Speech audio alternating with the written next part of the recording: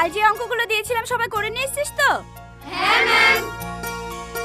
Ma'am, আমার করা হয়নি। কেন? আজ বিকেলে বোনের দেওর বেড়াতে আসবে তো, তাই কাল একটি বিউটি পার্লারে গিয়েছিলাম। তা আমাকে ফোন করোনি কেন? আমিও চুলগুলো স্ট্রেটনিং করিয়ে নিতাম। ঠিক আছে বসো। তোমার হয়নি কেন?